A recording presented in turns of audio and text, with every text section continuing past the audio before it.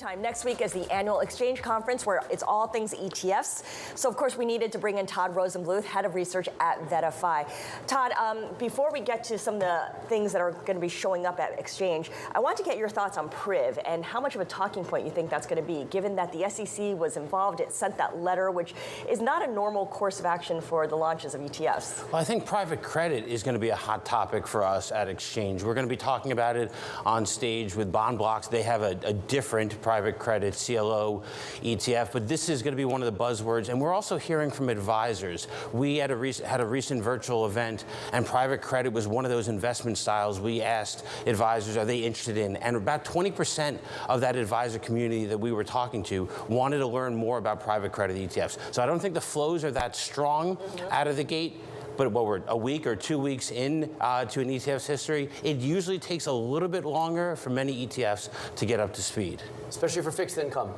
If it were private equity, I think it would have more of a splash effect.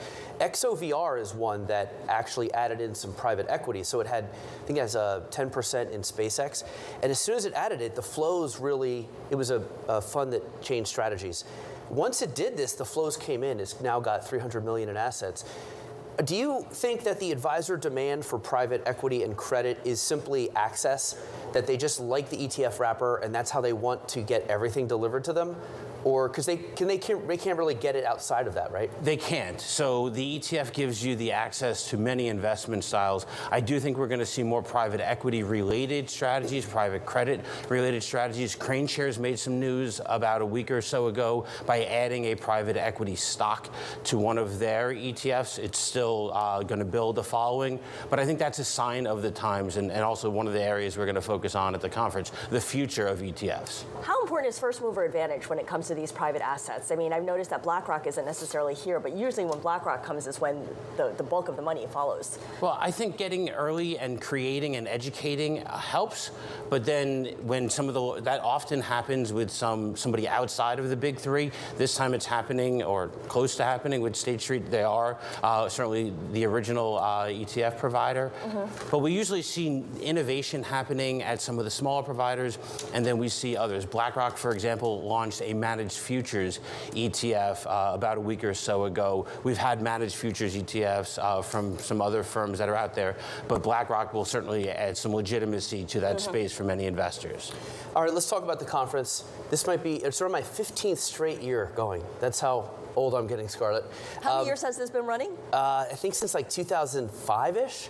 So I got in there 2010. Okay, you're one of the OGs. When I got there, I'm like, this is it. This is the future. I remember the band was a U2 cover band, and it was an ice cream social. Meanwhile, my friends in the hedge fund space were going to SALT and hearing like Obama speak and stuff. And I always thought that was interesting. The ETFs, just a little less money going around in that industry.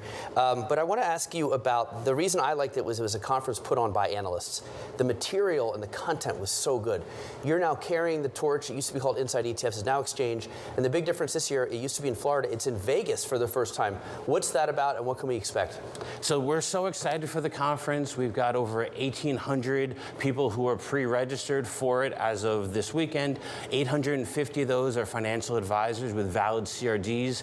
So this is an exchange conference about ETFs, but geared towards advisors. So I think one of the things that advisors are going to get at it is hearing from their peers. We have some of your colleagues are going to be doing interviews on stage with ETF strategists. Emily and Katie are going to be doing that. We've got asset managers that are going to be on stage. Eric is doing a session on all things surprising at Bitcoin. Can you believe he wants to talk about Bitcoin in front of an audience? He loves it. Does this on a weekly basis. I'm going to be talking about fixed income with some of our partners at FM and Bond Blocks. We're going to cover a wide range of topics. And what also we're doing, I know we're talking about ETFs, and this is an ETF show, but we have a practice management track as well for advisors that want to be better at being advisors. So should they outsource their CIO efforts? How do they plan for retirement with their clients that are very young? We're covering a wide range of topics. So everything about the ETF wrapper and the ETF ecosystem, for that matter. Todd, really appreciate you joining us. Thank you so much. Todd Rosenbluth of VettaFi, and of course you can see him at the Exchange Conference next week.